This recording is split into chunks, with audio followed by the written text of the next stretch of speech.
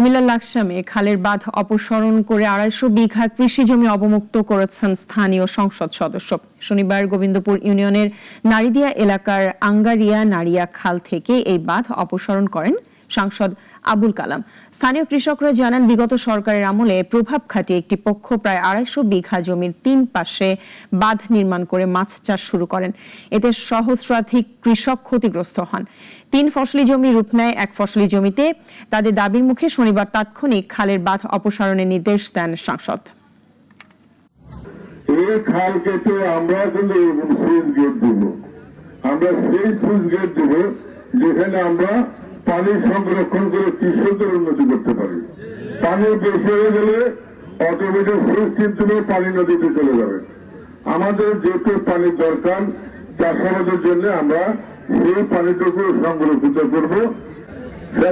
আওয়ামী লীগের বেশি সময় আপনার টাকা দায় দায়িত্ব আমার এলাকার জনগণ নিবে না।